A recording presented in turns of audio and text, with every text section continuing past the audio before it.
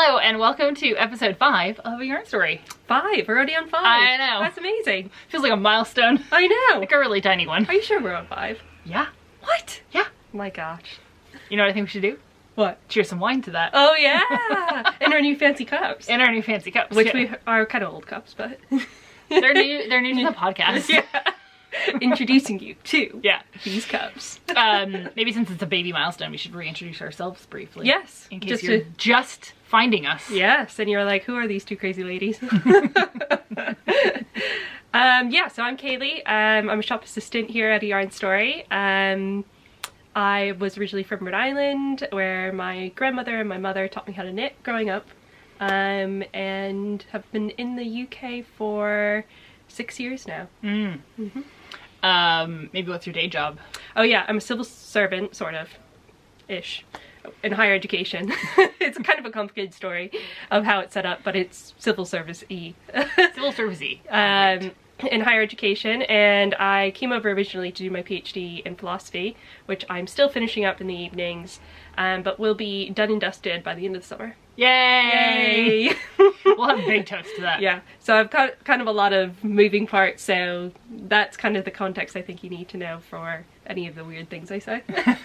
No weird things to say. Or just, you know, you're eclectic in your interests and responsibilities. Yeah, sign up for too many things. Which is why Carmen's the perfect friend, because she also signs up for too many things. I was just about to say, I think that's the story of my life. Yeah. Yeah, so I'm Carmen and I am the owner of A Yarn Story here in Bath. Also Walcott Yarns is my yarn brand. And Events Unwound. Yep. We run knitting retreats as well. Really cool knitting retreats. Yeah. Or I haven't been on one yet, but I really want to. I've been trying to get in. You'll come on one. Yeah. I'm originally from Eugene, Oregon. That is where the accent comes from. I have lived in Europe almost 20 years now. Almost, actually, 18. Not quite 20, 18 years. Wow. Been in Bath actually 10 years this month. What? That's insane. I guess it makes sense though, because the yarn story. Yeah, and A Yarn Story is nearly 9. Yeah. It's like our 9th year of business. So, yes, that is me in a nutshell. I do also like to do a lot of things.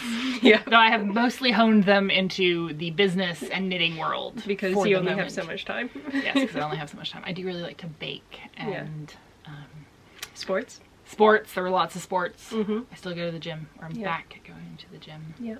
And yeah, I think that's me. I have a dog named Peaches. Yes. She sometimes features. Yeah. She's not here today though, so there won't be any like off-screen petting like the last time. Yeah. If you want to see a little Peachy content, I don't think she was she even in it though? No, she was on our first episode. Her head popped in. Oh yeah. Yeah. Our Instagram is kind of full of Peaches content though. She's very cute. She's very cute. So let's toast with some wine. Yep. I will do the reading. Oh yeah. I feel like it's like a religious thing. I will do the reading and you will serve the wine. And then it will transubstantiate into good content. Jesus good content for you too. Yeah. I went to Catholic school, so that's where. Yeah, you said like 4 words in my I did not go to Catholic school. That's why my brain is like, okay, we'll do reading and drink wine. Right, so this is from Good Pear Days, which is a wine subscription box that we both get. They know who their target audience is. They really know who their target audience is. We're it. Yep, we're it. And they send you a little bit of information about the bottle of wine, because I just get recommendations because I am not a connoisseur of wine. I don't really, especially in the whites and rosés, I don't know what I'm looking for. But you love to try new wines. But I love to try new wines. And learn about them. And learn about them. So, you know, this is another interest of ours. Yeah.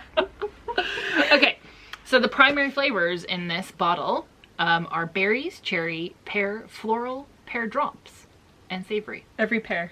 Yes. It's interesting that the pear drops icon looks like a strawberry. Oh. A white strawberry.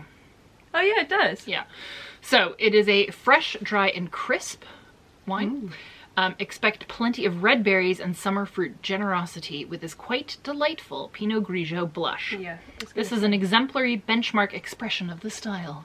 Oh, that's good. I do love a Pinot Grigio blush. Okay. So, origin. The spiritual home of rosé is Provence in southern France.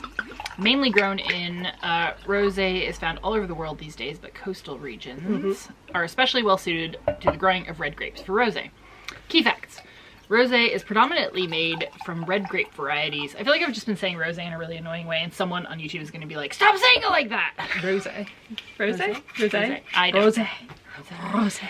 The color of the wine is actually from pigments found in the skin of the grapes, so even red grapes have clear colored juice. The color is then bled out of the skins by infusing the skins into the liquid. So for rosé, the wine simply spends far less time hanging out with the skins. Okay, that makes sense. Rarely you will find a rosé that is a combo of white and red grapes. They're not less good, just less common.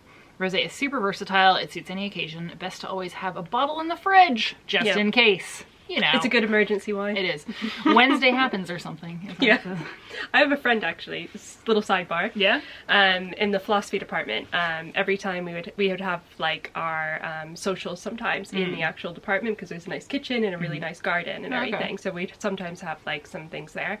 But every time we did have one of those, I had this friend who would hide a bottle of like white wine or rosé somewhere in the department as the emergency like bottle of wine, in case like we all wanted to keep hanging out there like later than we expected. So like then we would still have this little emergency bottle. So I feel like that's like really good strategy for anybody doing entertaining. Yeah, I mean, we usually have an emergency bottle of something here in the shop as well. I'm also a big believer in an emergency bottle. Yeah, I also feel like I'd be friends with this person on that single basis. So, the taste profile. It is dry. It has no oaky flavors. It is light in body. It has some fruitiness. It has low tannins, medium alcohol, medium acidity. Okay. What did it say about the acidity? You just said that. So the wine's tasting notes are leaning towards light-bodied, dry with medium acidity. Some fruitiness, low tannins, medium alcohol, and no oak. Cool. I think it's gonna be lovely to drink. I am excited. Yeah. Also, I don't usually read this off the app, I read it off the card, but in the app it also tells me I've tried 3 wines of this grape type and rated them 5 stars on average. So there you go. Hopefully I will like this. Yeah. I do like a Pinot Grigio blush though. My family, we were just recently talking about, my mum was at a restaurant and she wanted to know whether to get a Sauvignon Blanc or a Pinot Grigio. And my brother came back saying a Sauv Blanc. And I'm not a fan of Sauv Blanc. No, I would have said Pinot. And so I would have said right Pinot. There, yeah. But she said explicitly that she wanted something dry. And I think sometimes people confuse dry or sweet with floral or not floral, basically, like minerality. Yeah. And I think Sauvignon Blanc has more minerality to it, which you can like then see the dryness in it, whereas Pinot Grigio is still dry white, but it tends to have, I think, more floral kind of fruity notes. I think that's an excellent description. Yeah. That's something I picked up along my life. Oh, well. All right, so yes, we also, this is our new cup. Good Pair Days. We actually aren't sponsored by them. We're not. Oh, we'd love to be. Yeah, exactly. How do we get sponsored? I don't know. We have to tell them we're talking about them. Right. Cheers. Cheers. To our 5th episode. I'm still not convinced the 5th. It is. I thought last time was the 3rd. No, because we had the conversation about the German 3. That was was that the one before? That was the one before. I've missed an episode. Oh, someone in the comments did tell us. I saw that. Yeah. It was from Inglourious Bastards. Yes. I thought it was a historic thing, but it was a movie. Anyway. Now I feel unsure about this. I know, that's the thing. I feel like, did we miss an episode? Did I miss an episode? No, we're definitely. Hang on, let's check. Let's see. Let's reference YouTube, because you know what? I can do that. Well, even if it's not the 5th episode, we can still celebrate the 5th episode. It will be. We will have a 5th episode. Yeah, no, we've done 4. Okay, good. We did the first one, which we filmed at my house. Yep. And then we did 2 against this wall. Oh, 2 and then we did 1 against the wall over there. We've changed our background again. Yep. We're just moving around the shop. Yep. Cool. Okay, I can count and I'm happy. Yes. Cheers to me. I'm glad I was wrong. That means Carmen's not losing her mind, that's just me.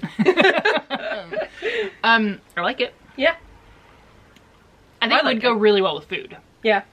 We don't have any food. No. We don't, do we? No. That's okay. It's very drinkable. It's good for this kind of day. It's like 20 degrees out and really sunny today. It's really warm out. Yeah, it's really nice. warm. Which is really nice because it was like just rain and cold weather for ages, I feel like, this spring. Yes, we have had a long winter. Yeah. Like, this feels like spring's actually hit. Yeah. I feel like we're having like a proper British conversation right now. We are having such a British conversation. I think it's hitting me today in particular because I came back from Iceland late yesterday. Yep. Yeah. And it was quite cold there. And that's part of one of the things that we're going to talk about today, isn't it? We're going to talk about that. Yep. Do you want to do that first? Good segue. Yeah. Yeah. Yep. Yeah. How was your trip to Iceland? My trip to Iceland was amazeballs. Iceland is, like, I'd never heard anything bad about Iceland. I hadn't done as much research as I would have liked beforehand, but it's absolutely everything it is cracked up to be. And, like, there is nothing to complain about on that island. Everything is beautiful. People are lovely. The people were so friendly and so nice. Like, honestly, you know, we've been complaining a fair bit about customer service in restaurants in particular. Like, you just don't really get that, like, a high level of service anymore. You get it there. Like, you know, service staff that, like, looks you in the eye when they take your order. Are interested in you. Interested in, like, chatting with you. Like, you know, and I think you do get that in tourist places if people are really good at their job. And it's superficial, and that is fine, but, like, I like it. Yeah, yeah. I like people having an interest. That's one of the reasons. That's one of the reasons why I love Italy so much. Actually, is because food is so important to the culture there. And I mean, like, yeah, like you said, like, you kind of do get it more in touristy places, but even off the beaten track, when somebody kind of cares about why you're eating there and wants to tell you about the story of them and all of that, that's great. Yeah, that's what makes it a memorable experience. Absolutely. Yeah, but we do live in a tourist town. Yeah, we do. And I think actually though, Bath is like a weird city because like it's so packed during the day and like when the shops are open, but actually like after 5 it's so quiet. Yeah, this is the sleepiest town. Yeah, it's so quiet. And so like Bath does have good restaurants, so it's one of those things that it's like, but I guess the thing is that some of the good restaurants they're good, but there's like not that many, I guess, like just because Bath's small, you know. Yeah. So like Bristol has loads of good restaurants, but they're all like, because Bristol's huge, they're all spread out throughout the city in different ways, and there's just more of them. But I don't know, the service level, especially post-pandemic, but even before that, I think, like, I don't know, I just felt really well taken care of by everybody that we talked to, whether that was at a restaurant, like the rental car guy. I said, where should we eat tonight? You know, we'd gotten there kind of late, and he gave us 5 recommendations for like good restaurants. Yeah, just everybody was super nice and chatty. And it was cold there. Was it? I was interested to hear about that. It is also an island. It's a pretty small island, which means the weather moves quickly. So even on our last day, we drove through like a hailstorm 3 times and the sun would come out. You know, we definitely had like icy, slippery conditions at one point on the road during the trip. It is, you got to be prepared. Like, you need layers, you need jackets, and you kind of just have to, especially, we did the whole island. There's a lot of driving in that. It is only 16 hours round trip, but even if you split that over many days, it's like, they're long drives. Yeah. Because they aren't straight highways. Yeah, that's fair. You know, it's not like driving the 5 from Vancouver down to Mexico. Like, that's a pretty straight straight go freeway on the west coast of the States. But also the driving is like the experience. Like, there were just so many beautiful things to do. I counted waterfalls along the way. Yeah. What did you get to in the end? 815. Okay, that's pretty good. So there are over 10,000 waterfalls on the island. And I thought it would be, well, because I was in the passenger seat, and I was knitting, but I thought, you know, I needed something to entertain myself, and I started counting waterfalls, and then I couldn't stop. Wow, so you must have had lots of knitting time then if you were in the passenger seat. I did, and I do have knitting to show for it. Ooh, very good. Yeah, but I Whips highly or recommend FOs. Yeah, whips and a couple of FOs. I would have had a bigger FO because I didn't bring enough yarn with me. Yes, this was something that we were talking about too, because you were like, oh, I feel like that's too much to bring. Yeah. And then you're like, oh no, I should rein it in. I'm not gonna have. Yeah. Rookie mistake. Also rookie mistake not to take a set of 2.5 mil needles with me. Oh, really? Yeah. I had 2.25s with me. I'd sort of forgotten that I had moved to 2.25s for socks. Oh, so, I see. Yeah. I had that with me, but that is too small for the project I did pick up along the way. Oh, so it sounds like you went to a yarn shop? I will start with, so you can buy hand knitted items there. Oh, cool. And I looked at some sweaters, but honestly, they're too warm for me. Oh, like, okay, that's fair. I was like, Bath doesn't get that cold. This lovely sweater is gonna sit in my closet, and I can't have that. Yeah. So I picked up a hat instead. This is a hand knit Lopi hat. I picked it up at a gift the shop. yarn's a lot thicker than I thought it was gonna be. It's very warm. Yeah. I picked up in a gift shop at this lava trail head thing. Oh, cool. Yeah. And it's hand knit? It's hand knit. Nice. Don't remember how much it cost. Wasn't all that much for hand. Iceland is expensive.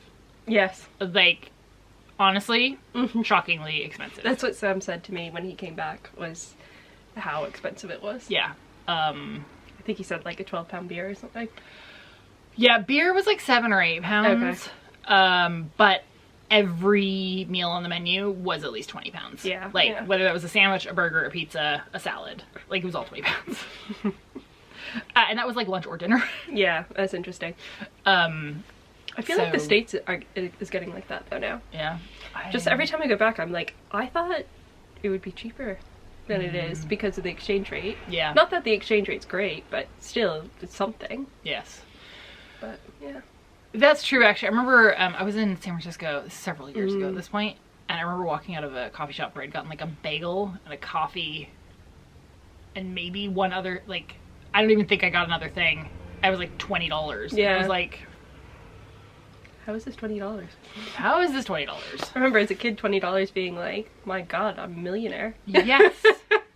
Yes. Also, I don't know if I told this story already, but like in high school, we were allowed off campus, and most of the time we walked across the street. This was definitely before we were 16 and had cars. We walked across the street, and there was this local bagel shop where they made the bagels, and you got a bagel and a little thing of cream cheese for 50 cents. That's amazing.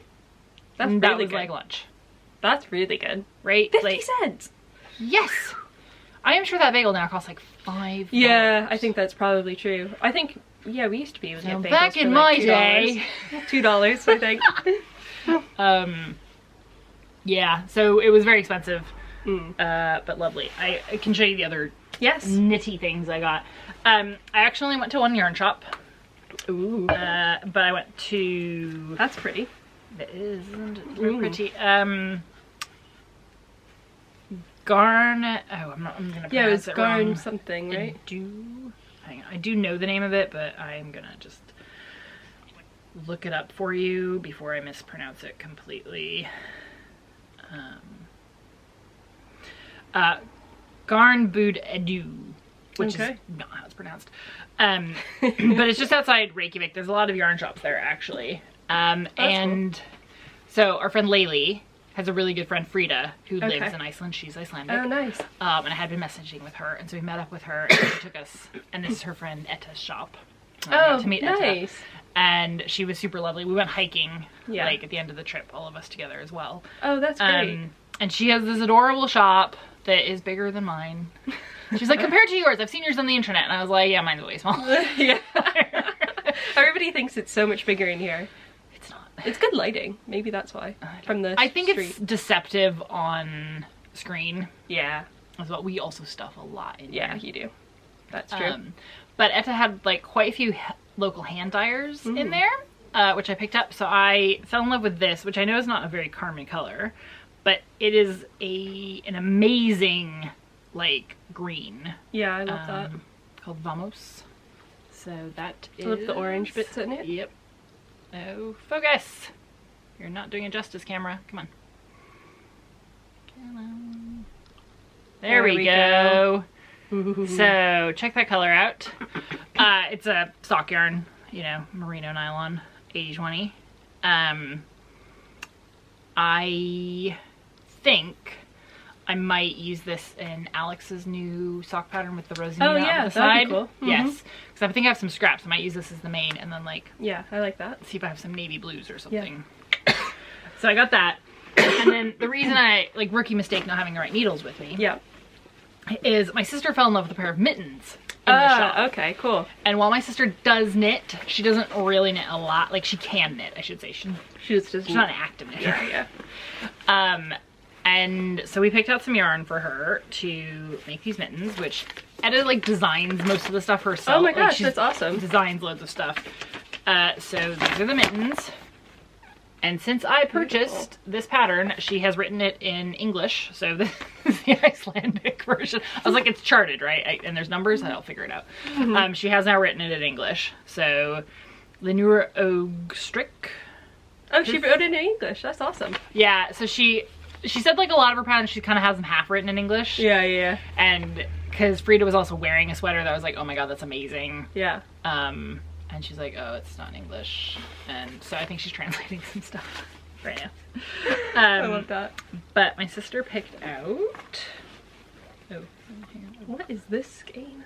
Oh, well, I will show you that in a second. That's part of my whips. That's awesome. Okay. I don't have the tags, though, is the problem. This, I think, is the same hand dyer that I just showed you. And then this is a different hand dyer, and I feel really bad I don't have the tag right now. But my sister wanted those mitts in this yarn. Pretty. I like that. And my color work is definitely not good enough that I could have gone down a needle size and like worked that out. Yeah. So I'm gonna do those for my sister. Awesome. And she's working on a hat pattern to match the mitts, so I'll probably use the leftovers. Ooh. Your sister's working on it. No, sorry. Sorry, Etta's working on a hat design. Yeah. To match the mittens. To match I really like those mittens. Can I see it again? Yes. I really want to do some color work mittens for the winter. They're cute and they're pretty simple. They're really cool. They've got corrugated rib, which I love. I love a corrugated rib. It's so pretty. It is so pretty.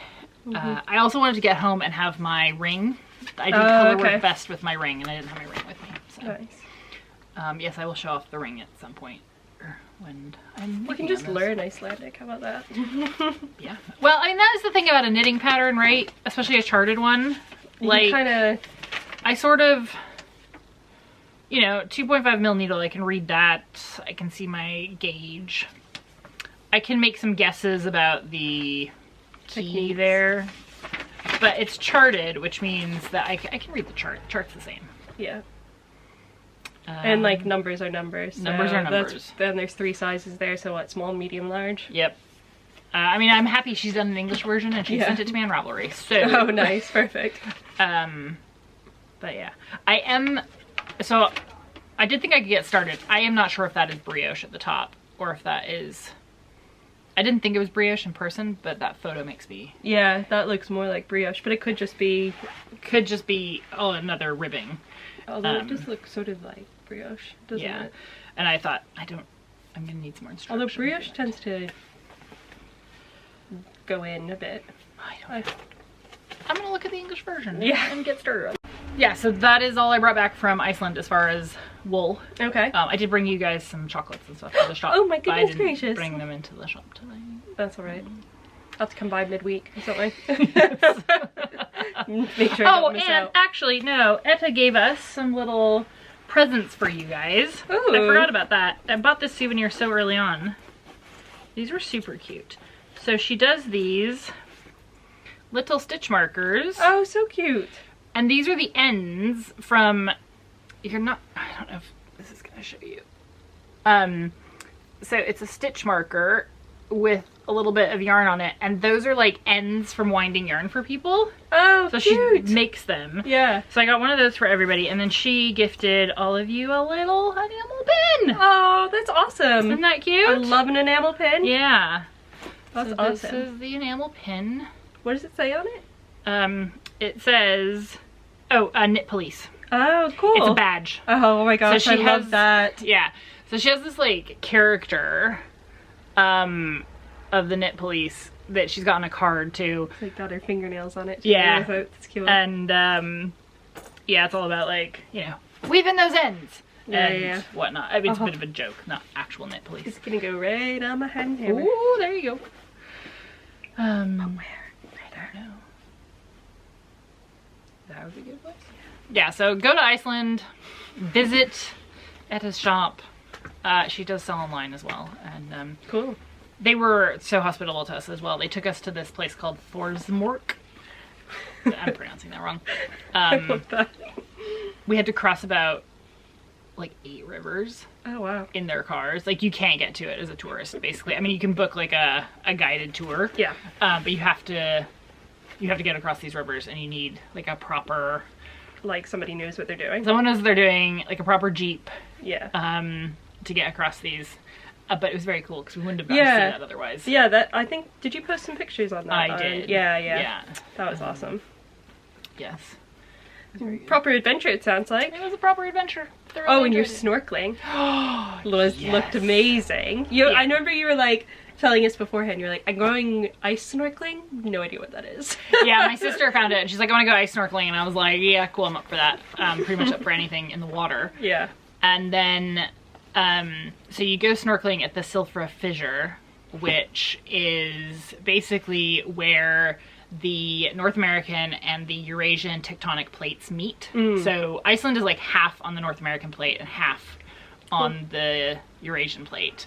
And there is this giant lake, glacier lake, that is fed from the glacier waters several miles away through miles of lava rock. Oh, awesome. So it's gonna be like the water takes 30 to 100 years to make its way from the glacier through the lava rock into the water. So it is like the cleanest water I bet. I've ever seen or tasted. And so you can go snorkeling there and just like basically swim along the tectonic plates. Awesome. In like, it felt like I was seeing high def for the first time in my life. Like I have never seen colors like that. Yeah. It was mostly blue and green. But it is intense. You have like a dry suit on, so you're very geared up outside of the water. Yeah. Like you wear normal thermal gear. Yeah. Plus they put like a neoprene suit on you, and then they put a dry suit on you. Oh wow. Wow. And they're not really meant to be walked in. But you have to walk about 300 meters in them, and you're like, but you get in the water and you're super buoyant because dry suits have air in them. So you're just like, oh, that's good though for snorkeling then. Yeah. Yeah, I mean, they don't put life jackets or anything on you because you are very buoyant. Cool. And this fresh water comes out, so there's like a very tiny current, but it's enough to like, you don't really have to swim. Oh, cool. Yes, and then just drift. You just kind of drift along, and really relaxing. It was very relaxing. I could have done it for a very long time. But you did it for about 45 minutes. That sounds great. And you weren't that cold? No, your hands get wet because the gloves you put on are not dry, and then you have like this neoprene like hat thing on, and that also you get cold, and then so this part basically that is exposed, and that gets a bit cold, but you get used to it. Like it's fine. Yeah. As soon as I got out of the water, I felt like I'd been at the dentist. I was like, yeah. That's hilarious. That sounds great. Yeah. And it also, like from above, the pictures I took it looks like this kind of like murky. Really? Like, oh, not murky, but like it was a gray day. Yeah. The landscape around it is very like mossy.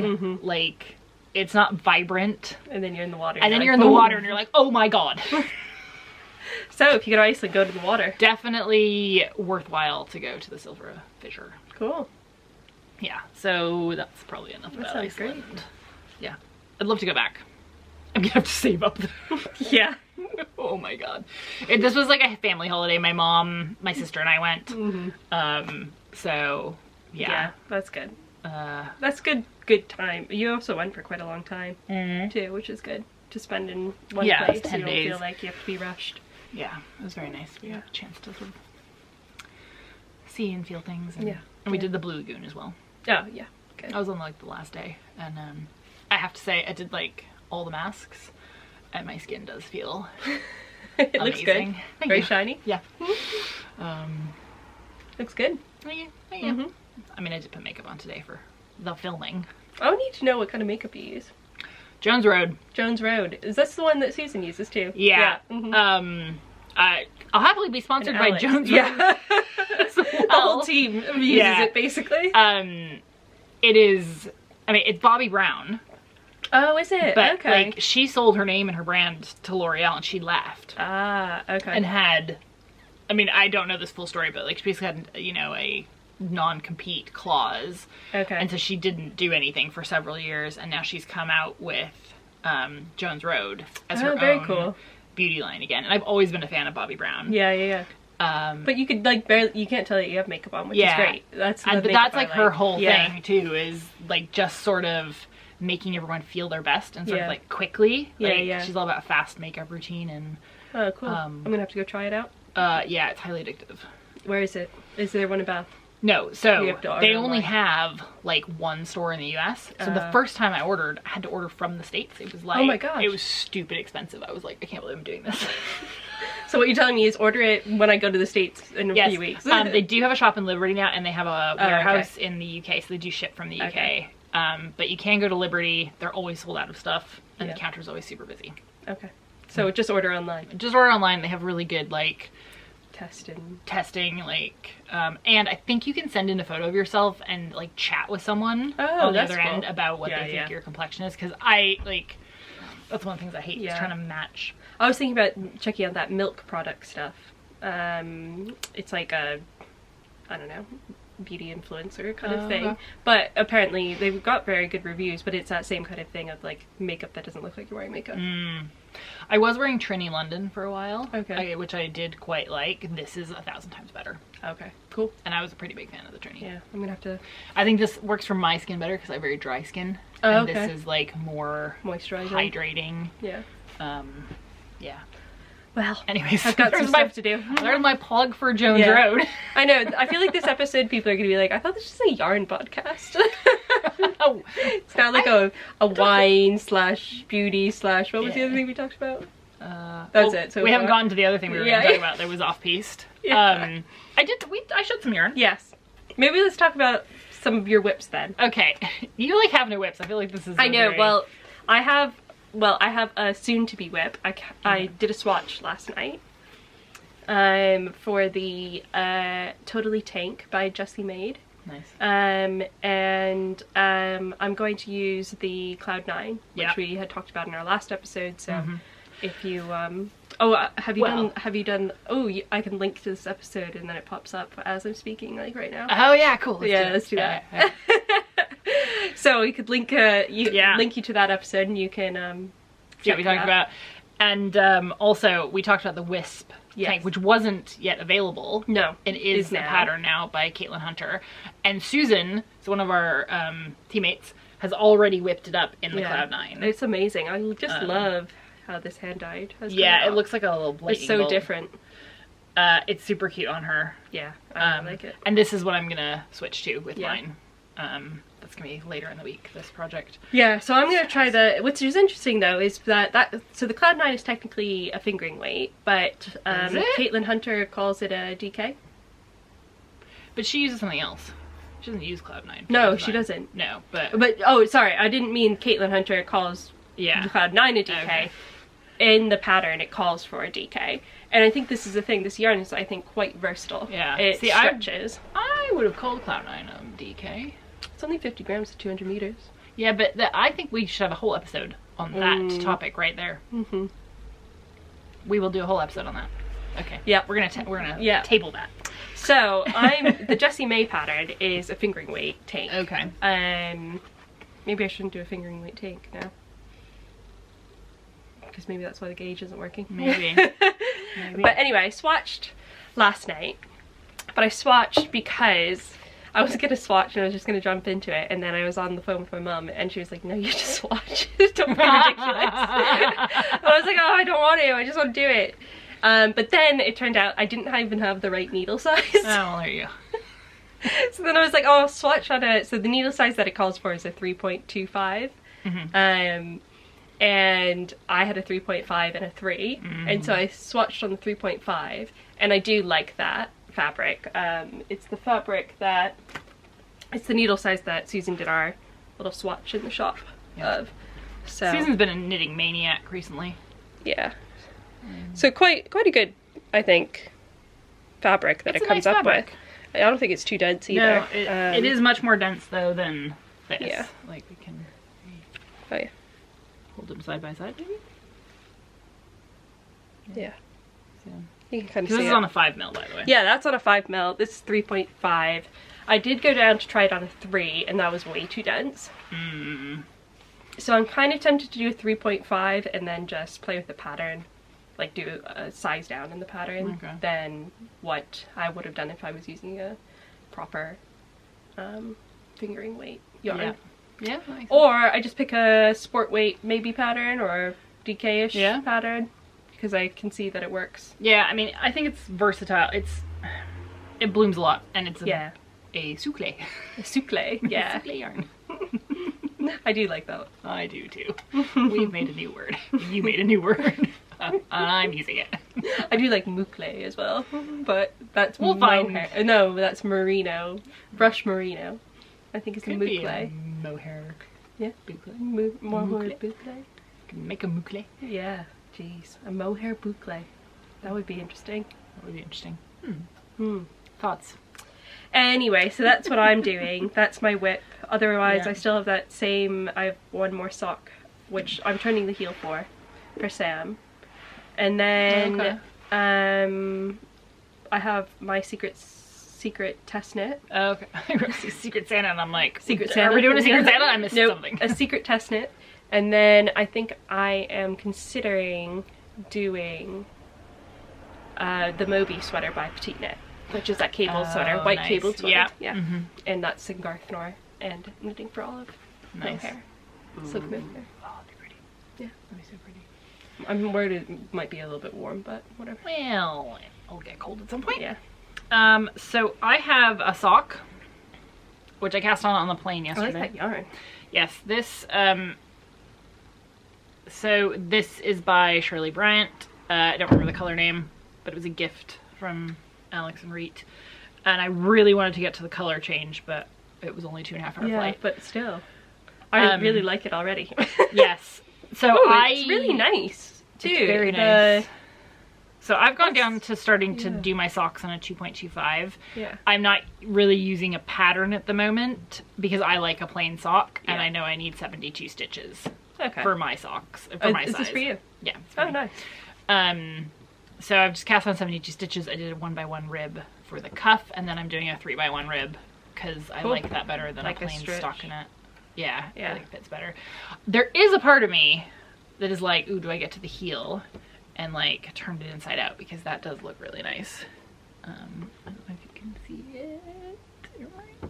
We have to hide because it wants to be on our faces.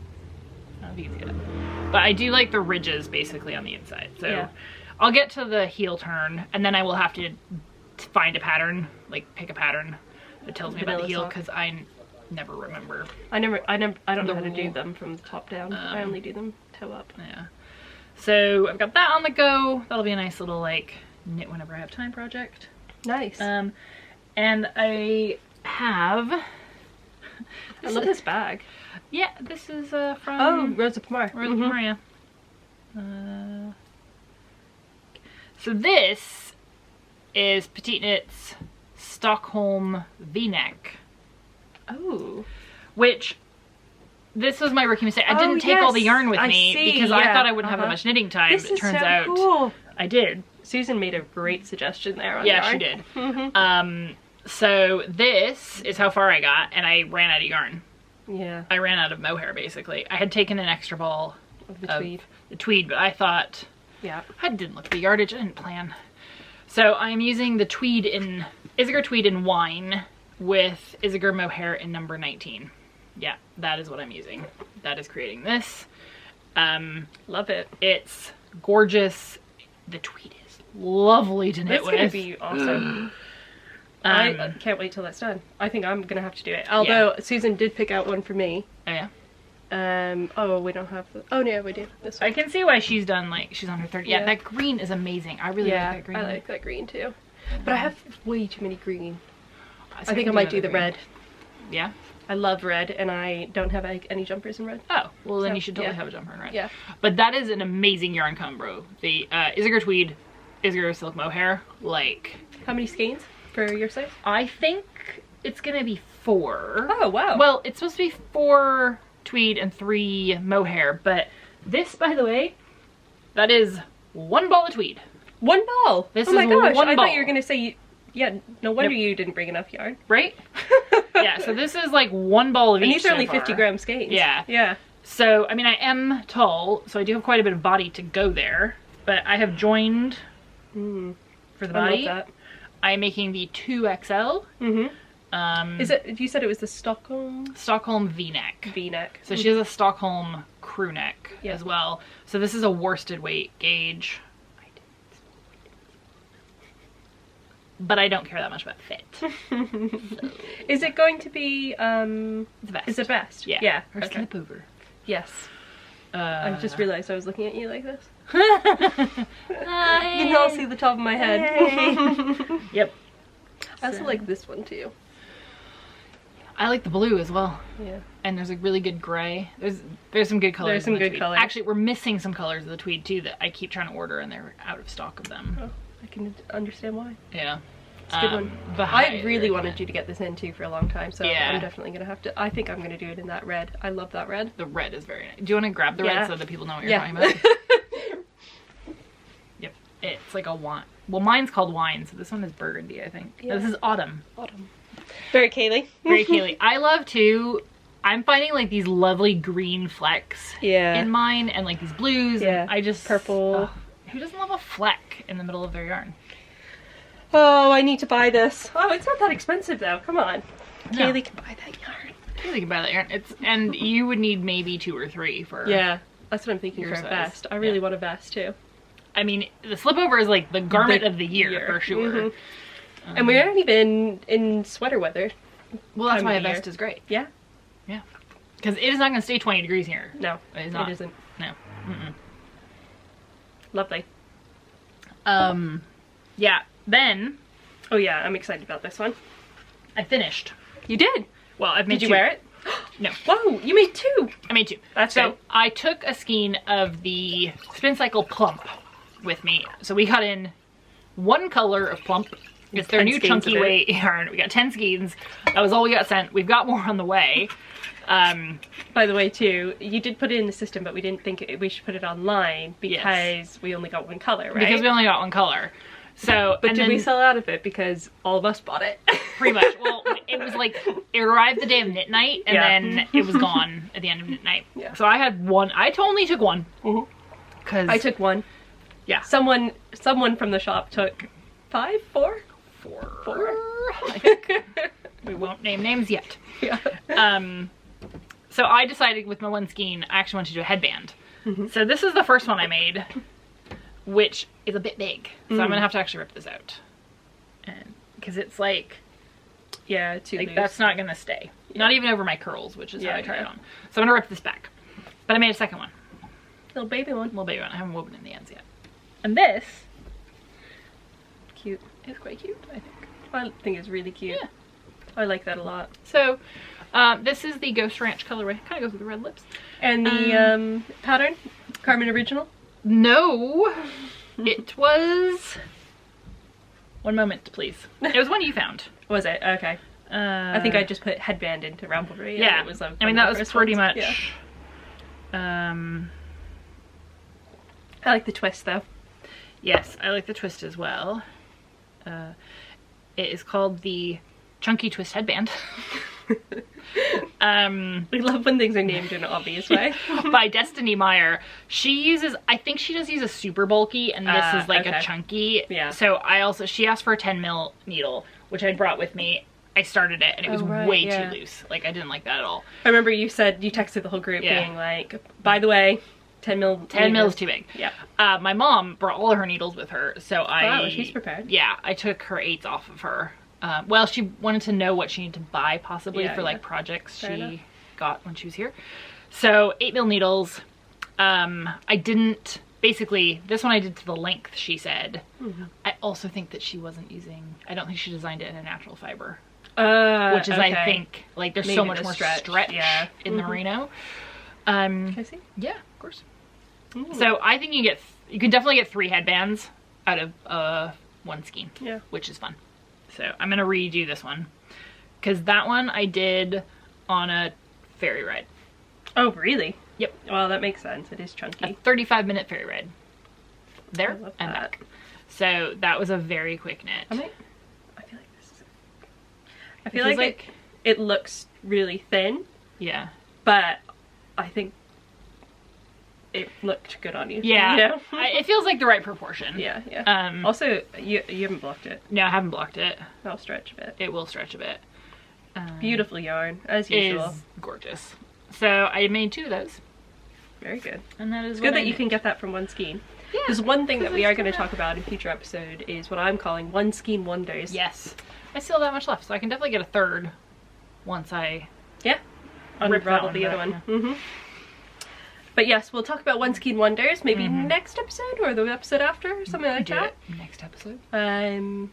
Because I think that's a big question that we get in the shop a lot, because, you know, yarn's expensive. Also, if you're anything like us, you pick up one skein from, like, a festival. Or a yarn shop. Yarn, yeah, exactly. Like... and you're like, what do I do with this now? Yeah, yeah. One skein wonders, or good projects maybe for, like, pairing up various one skeins that you have, like, collected. Yeah, I was going to definitely say that we would kind of cheat in the one skein wonders and be like, combine one skeins together and all of a sudden you have many 5. one skeins.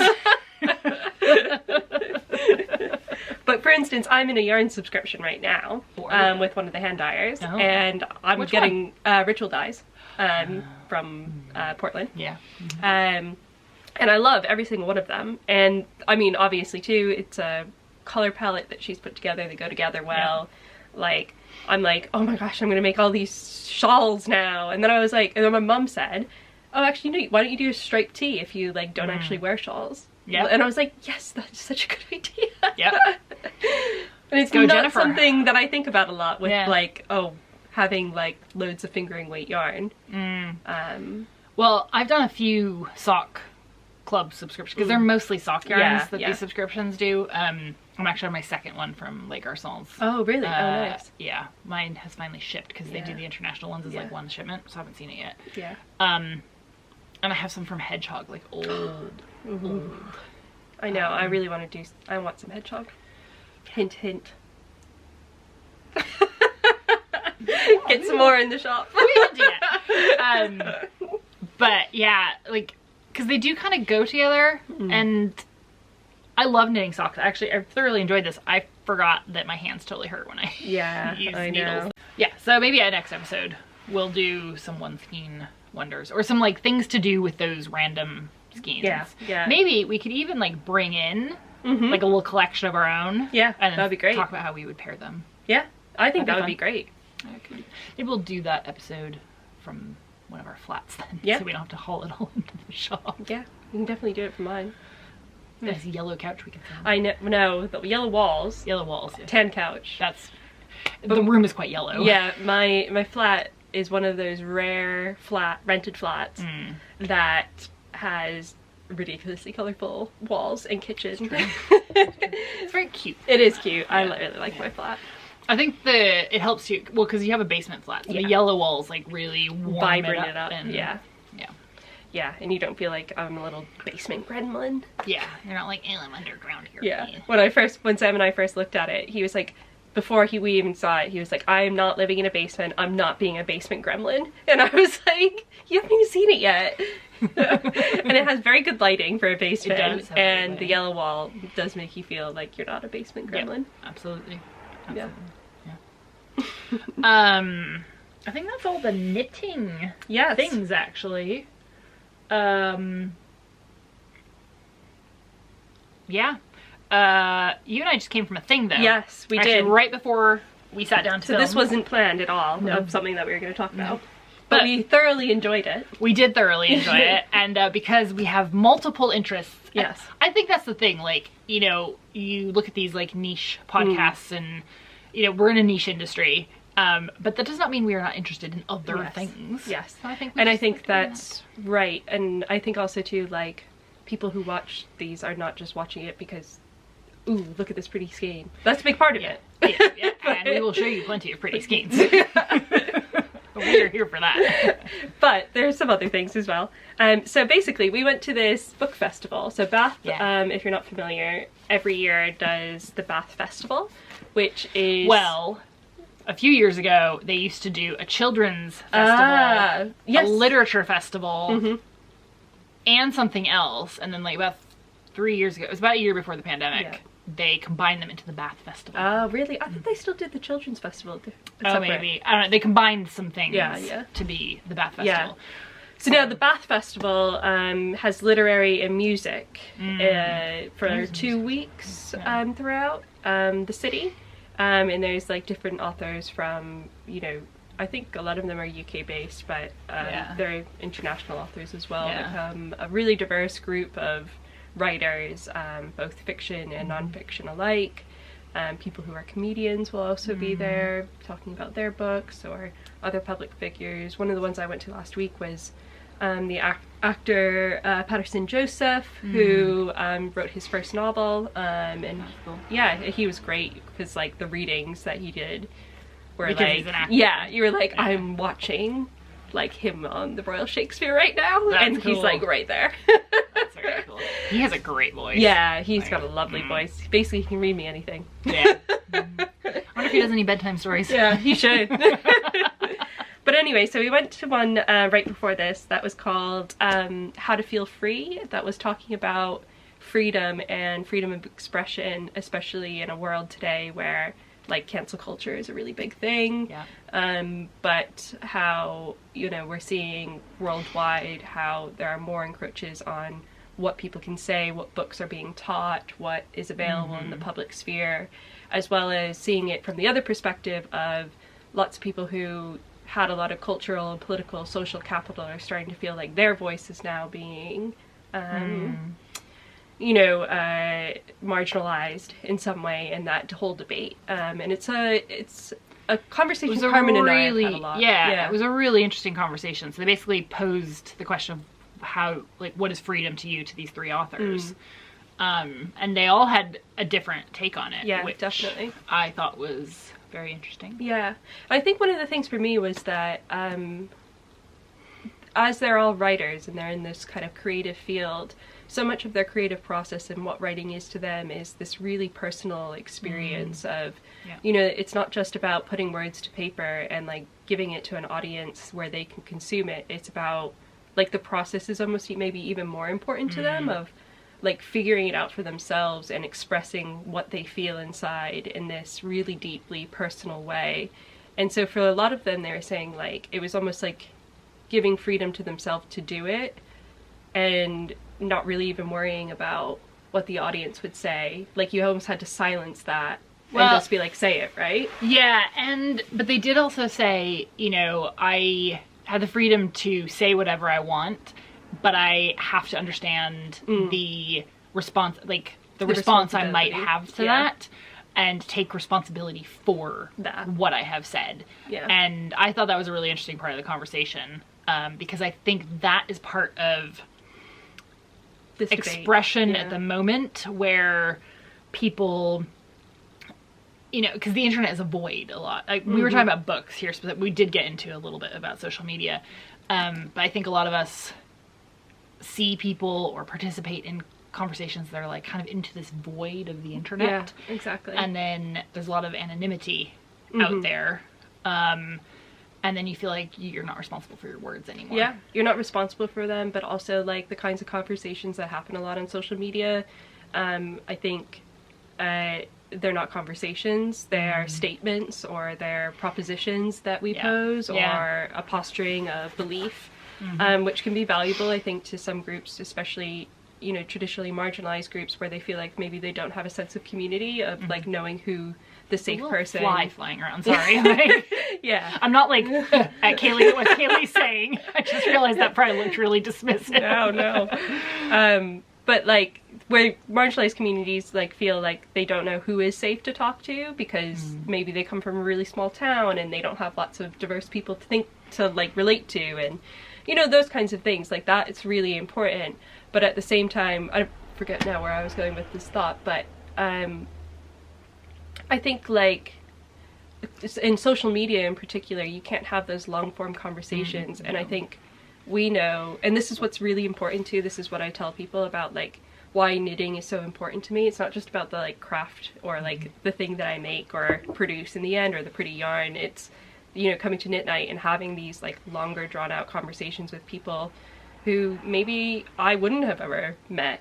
There's such a diverse group of knitters, and like the knitting community I think has rightly reflected in the last few years about how to make it even more diverse and make sure people feel more welcome.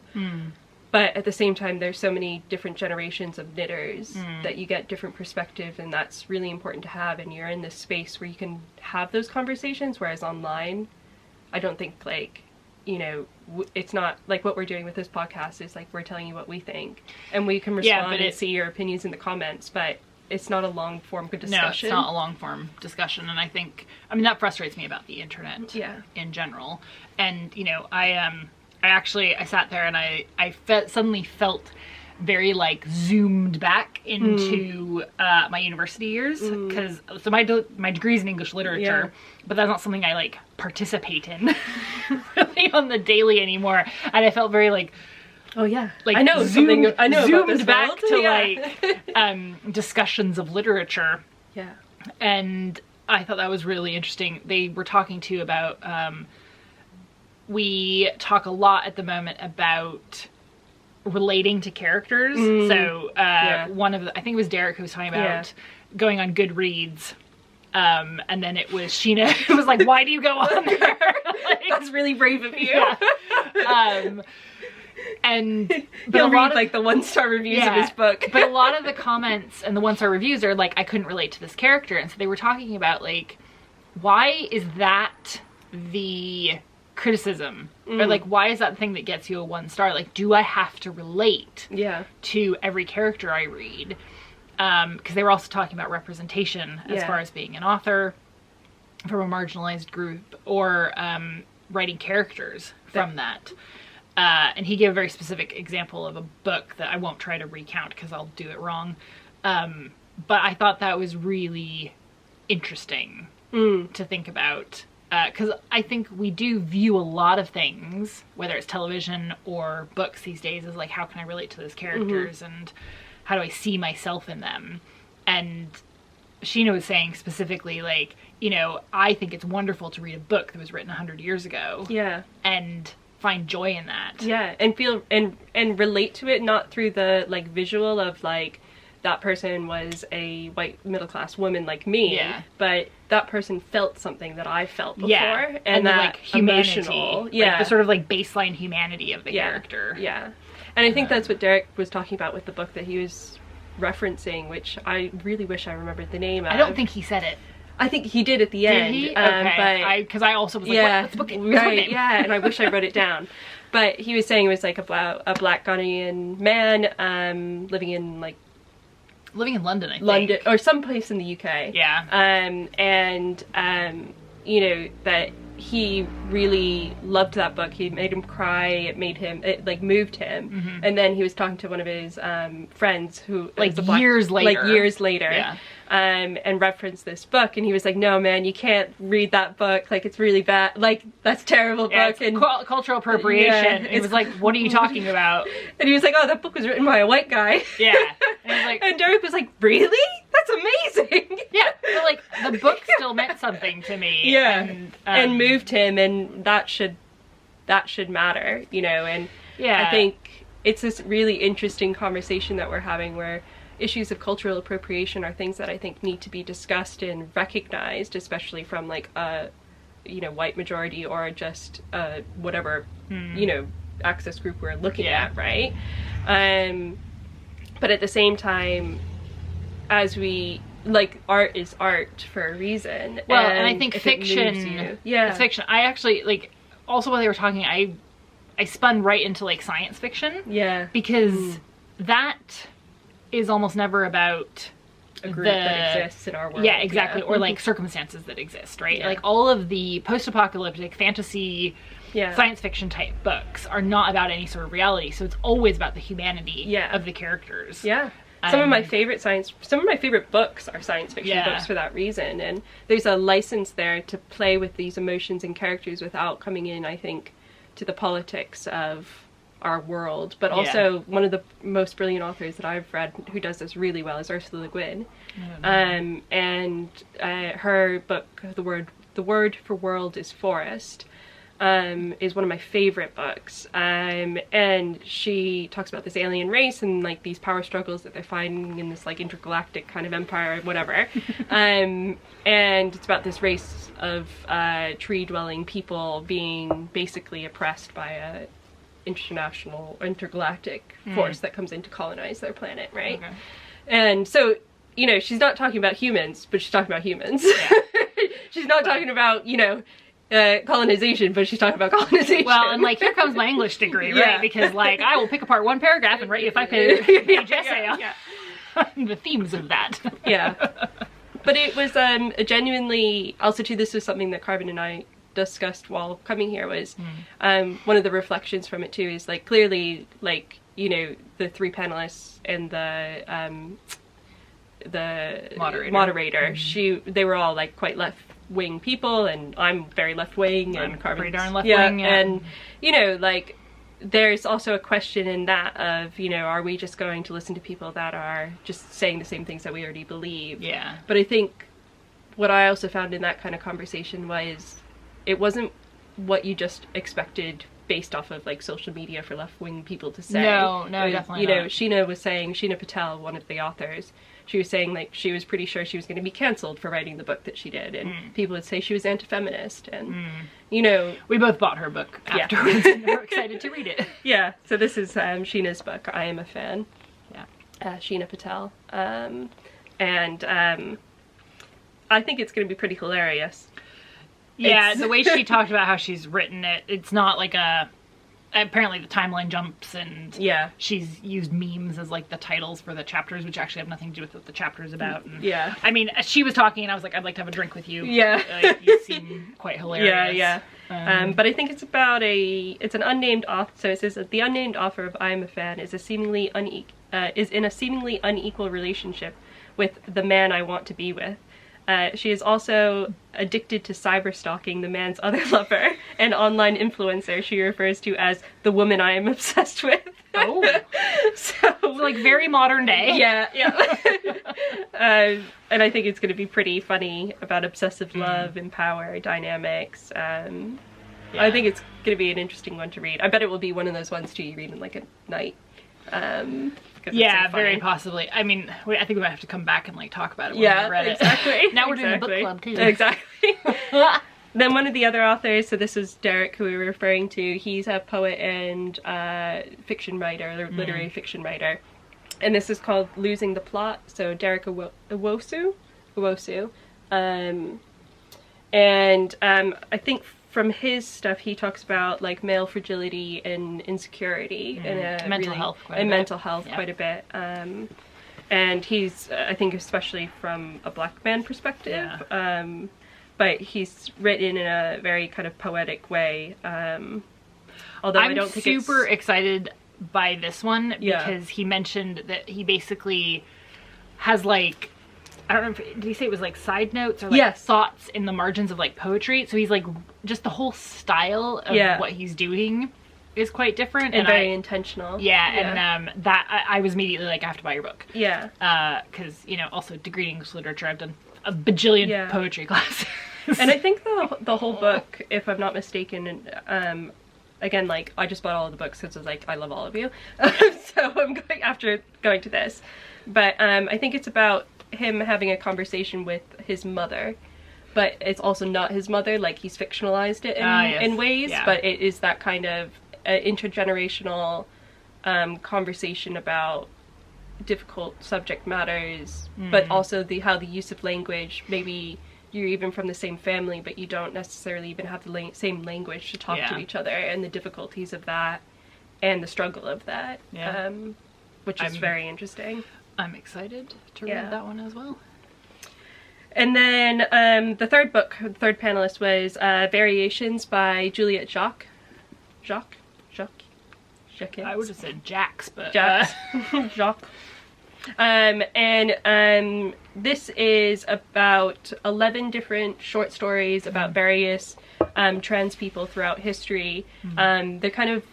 They're all fictionalized accounts. Yeah, so they're like short stories, but they have historical context. Yes. And so it's kind of like from big historical moments in trans history and some fictionalized perspectives. And what she was talking about was like, you know, with being she's a trans woman herself, and she was saying like with her writing, sometimes she feels like she has to be like the beacon of trans identity. Represent an entire community when she doesn't feel that. Yeah, and like she just feels like a person, like any of us feel like a person.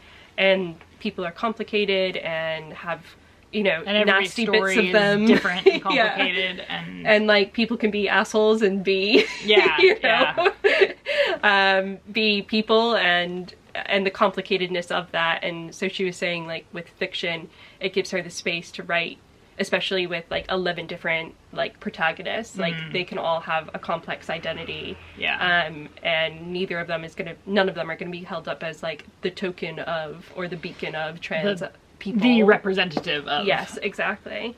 So I think that will be really interesting. She is also a journalist who's written for the like Guardian, for what else? A few other ones. That was Derek. Derek wrote for I.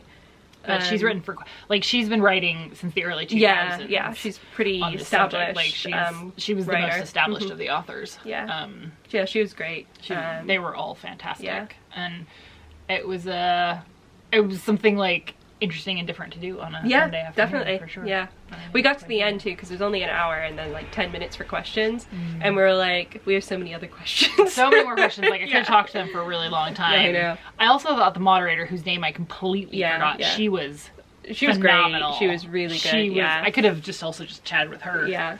It was put on by the Bath Festival, but in collaboration with English Pen, which is a human rights organization that defends and produces media from authors, writers, people in general, creative whatever, who have been censored or even imprisoned for expressing their belief. Yeah. And that was one of the points that they made really early on, was, you know, in regards to freedom, which was the big question. What does freedom mean to them?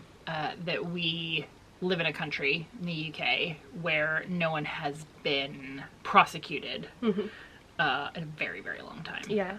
Like, said the most legally, in terms of infringement on freedom, is libel, but libel laws, I guess, are quite complicated over here. Yeah, I was kind of hoping they'd get into that, but they didn't. Wasn't time. Yeah, exactly. Because I was like, I don't know. I think they wanted to. Yeah. Because she said, we'll circle back to that later. But there just wasn't time, because I don't really know enough about libel laws. Yeah, fair enough.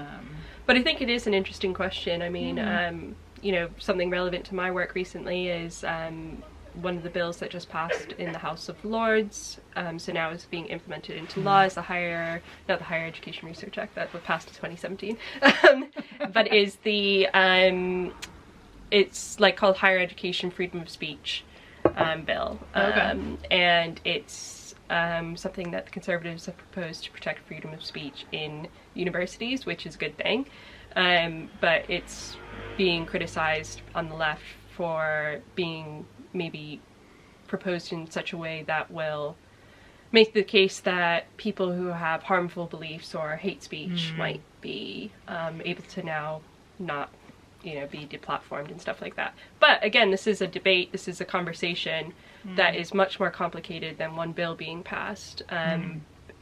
From my look at it, which is very minimal, it seems like, you know, even if we don't need it as a law, it is, I think, at least aimed at, you know, protection of freedom of speech. We'll see how that's implemented, but It's a very interesting ongoing debate, and is not just one that's happening in law. It's happening, I think, in everybody who has ever been on social media. Absolutely. I mean, I think, you know, you and I grew up in the States, and I don't know about you, but like, I grew up with that First Amendment being just the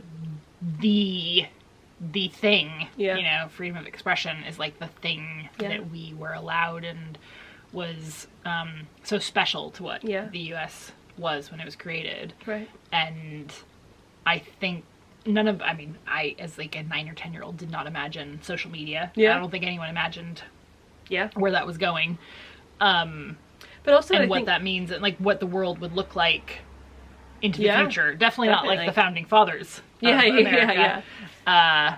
think it's also, it's remarkable that in the UK there is no First Amendment equivalent. So that's why I think they were saying there was a need for this bill in the first place, was something to put into law that there was an actual protection of freedom of expression, freedom of speech in general, which as an American I guess I can get on board with. But I think there's an ongoing conversation to have about, just because you have freedom of expression doesn't mean you should be a jerk and not expect to be told off. Well, and that is what they were talking about, is like the consequences of what you say. Is like, you are absolutely allowed to say anything, yet there are consequences to everything that we say, and the internet isn't anonymous. They didn't say this, that is my those are my words. And I think we have to remember that, and that words matter. Words do matter. They have a huge effect. They shape, I think, not just like our own understanding of ourselves, but the understanding that others kind of perceive from us. I mean, I have a whole chapter written on this in my dissertation, so I could go on and on and on about it. I feel like we're like, we can do a whole episode on words.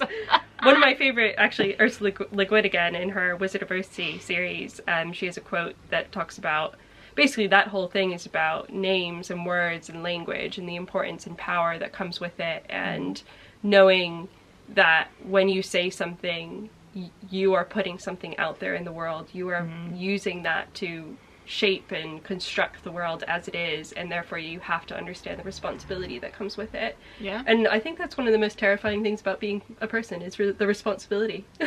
Absolutely. And you know, if you write in any way, shape, or form, whether that's a book or like social media captions or a newsletter that I write every week, like, there are weeks when I am nervous to hit that send button. And well, almost every week, like, I'm mildly nervous because it's a vulnerability. It is. It's absolutely vulnerable to write and to send that out to people, and or like even doing this podcast. You know, like, we are saying words. The exact same words. I mean, even doing this podcast, like, we're putting words out there. We are. They're going to be permanent fixtures. See, I can't.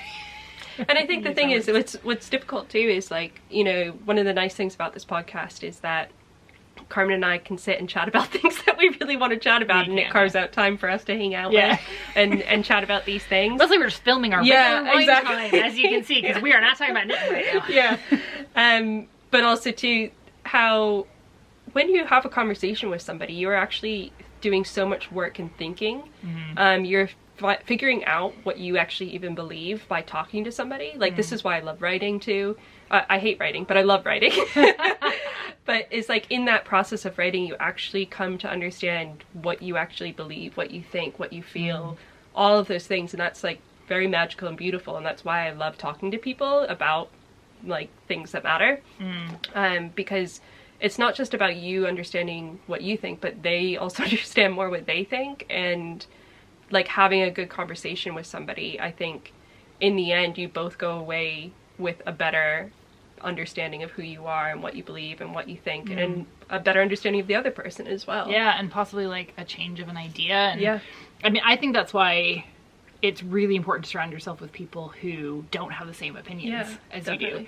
And I think that's a really important part of freedom of speech.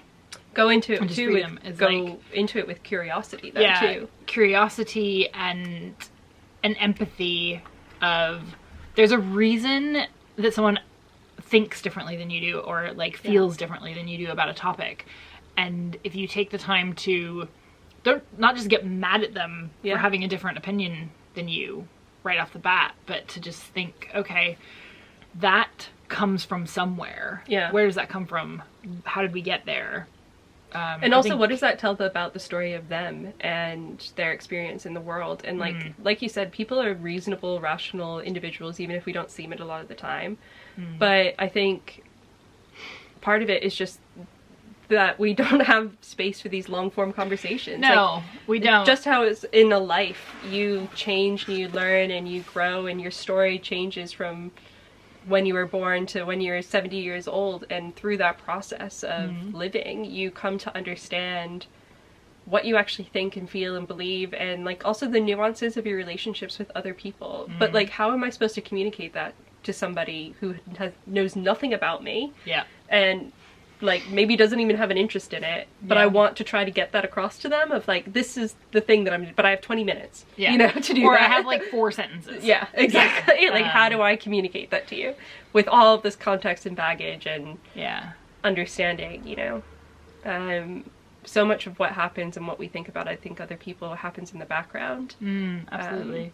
And that is why, you know, that's also why the events that we do, like having knit night, having retreats, like are important to me, because I think that bringing people together in a room is vitally important for like our own well-being, for our understanding of the world and each other. And it's, you know, it's joyful to bring people together who have like a common interest, i.e. knitting, but it's not really about knitting. It's not really about knitting, right? I think that's why I was always drawn to it.